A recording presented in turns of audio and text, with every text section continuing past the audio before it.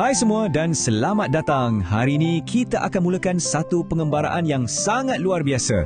Bukan ke angkasa, tapi kita akan pergi jauh ke dalam sampai ke pusat planet kita sendiri. Jom kita bongkar rahsia yang ada betul-betul di bawah kaki kita.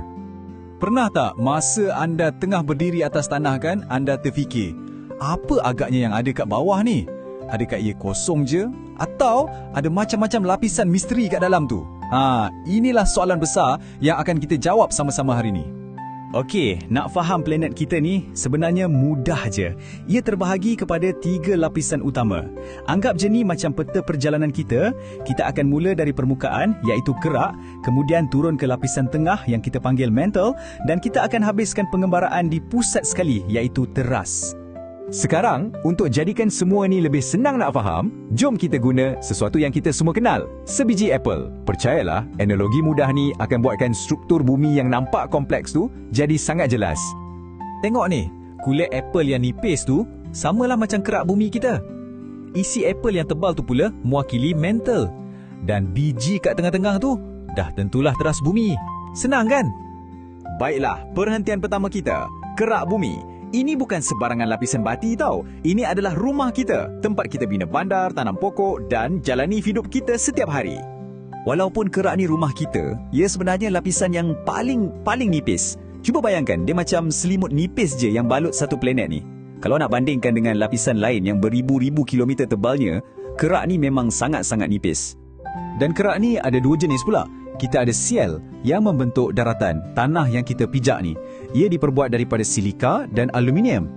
Lepas tu, kita ada sima yang membentuk dasar lautan. Yang ni pula dibuat daripada silika dan magnesium. Jadi, jelaslah yang kerak bumi ni tak sama di semua tempat. Sekarang, jom kita bergerak lebih dalam lagi ke lapisan seterusnya.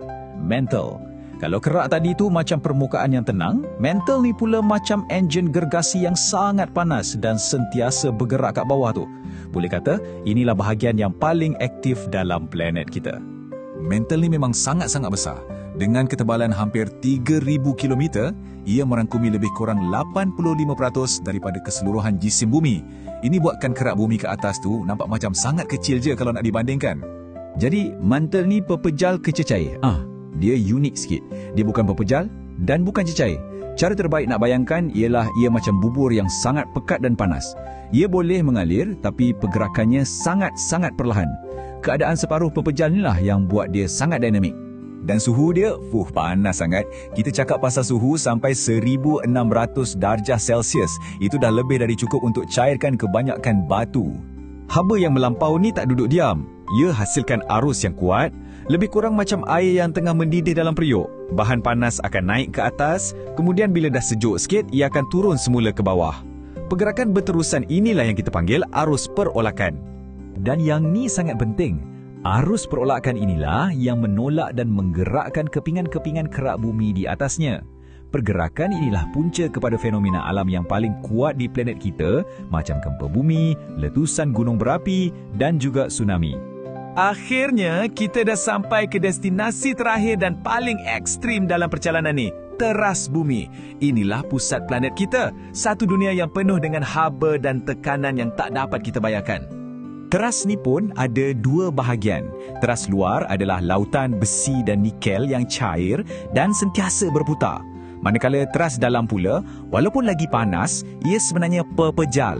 Pelik kan? Ini disebabkan tekanan yang sangat-sangat kuat dari seluruh planet menghimpitnya sampai ia jadi macam bola besi yang padat.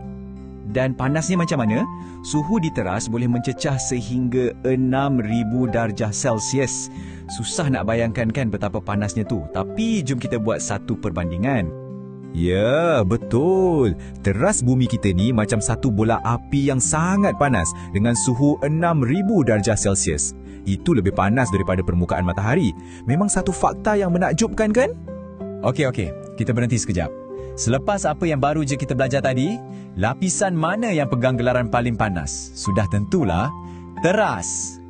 Jadi, kita dah pun mengembara sampai ke pusat bumi dan kembali semula. Tapi, kenapa semua ni penting untuk kita yang hidup kat permukaan ni? Macam mana lapisan-lapisan yang kita tak nampak ni boleh bagi kesan pada dunia kita? perkara paling penting yang kita kena faham ialah planet kita ni bukannya seketul batu yang statik dan tak bergerak. Ia satu sistem yang hidup dan sentiasa berubah. Pergerakan di dalam mental itulah yang membentuk gunung ganang, menggerakkan benua, malah mencetuskan bencana alam. Semuanya saling berkait.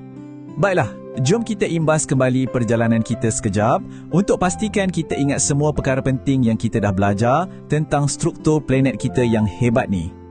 Secara ringkasnya, kita hidup di atas kerak yang nipis. Di bawah kita ada mantle, lapisan tebal dan panas yang sentiasa bergerak macam enjin gergasi. Dan jauh di pusat, ada teras yang sangat-sangat panas yang menjadi nadi planet kita. 3 lapisan, tapi satu sistem yang sangat dinamik. Jadi, untuk mengakhiri perkongsian kita kali ini, saya nak tinggalkan satu soalan untuk anda fikirkan. Kita tahu planet kita sentiasa berubah disebabkan enjin di dalamnya. Jadi, cuba bayangkan, macam mana agaknya rupa peta dunia kita berjuta-juta tahun akan datang. Fikir-fikirkanlah. Terima kasih kerana sudi menyertai pengembaraan ini.